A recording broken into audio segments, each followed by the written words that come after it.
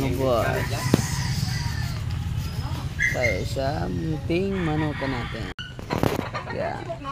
Malapit na tayo maganda guys ng manok.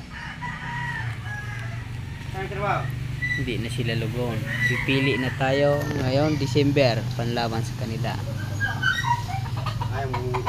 Yan, yan nilalaban ko na tong stag na yan.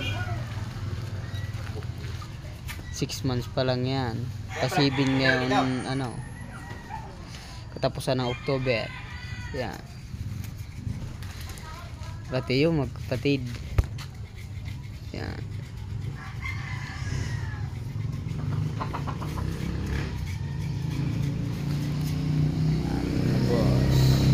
At yun, may yung tagakatay ng bale. Ayun, tagakatay.